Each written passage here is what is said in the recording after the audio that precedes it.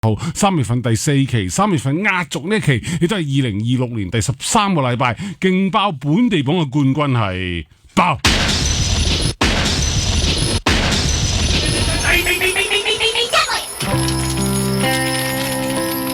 好啦，呢一首歌係上個星期嘅季軍作品，係殿軍作品。今個星期再跳升3級，用咗7個禮拜時間攞到冠軍，恭喜晒！佢係張雨晨。歸家一早少了你，隨手開一盞燈，坐客廳遠燈，剩我一直等，深宵聽歌揀套戲，什麼都不要理，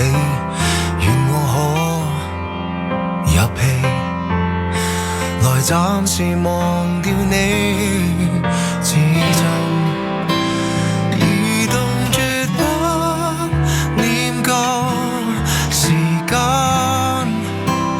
人物地點通通轉走，然而我卻不走，如流連某個千秋，等你多麼久，曾說過給你一個新的家，還揀最精美的婚紗，亦會在你收工的每晚種束花，裝了精緻的長紗，還加建穩固的窗花，儀式感足夠嗎？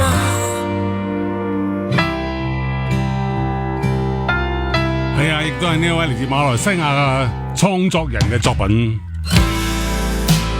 迴避璀璨活動，而我情願屬於孤僻一種，循環聽你的歌，沉迷時間裏穿梭，亦是可不可？曾說過給你一個新的家，還揀最精美的婚紗，亦會在你收工的每晚種束花，裝了精緻的長紗，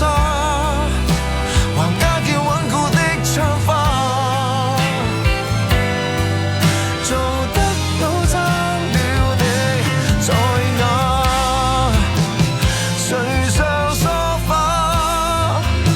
長望向天花，思考偏差，誰人送你歸家？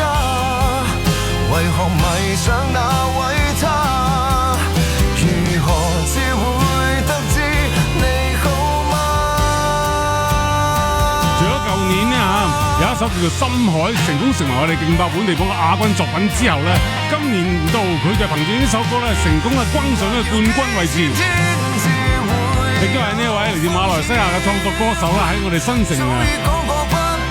廣播嘅本地榜入邊嘅第一首冠軍作品，歌名叫做《獨居的儀式感》，由佢自己親自作曲噶嘛，YY 填詞，Nick Wong 編曲，陳巧威監製。係啊，呢一首歌啊，明明全屋嘅家私都按照你嘅喜好咧添置，所有生活嘅習慣都因為你而改變，但係最後咧就化為我一個人住嘅儀式感，即係嗰種矛盾嘅心情啊，感受到呢個愛同埋嘅即係隨之而嚟嘅孤獨嗰種嘅感覺啊，慘情歌啦。張雨晨呢一首嘅獨居的儀式感，用咗7個禮拜時間，由上個星期殿軍位置再狂跳狂爆3級去到冠軍位。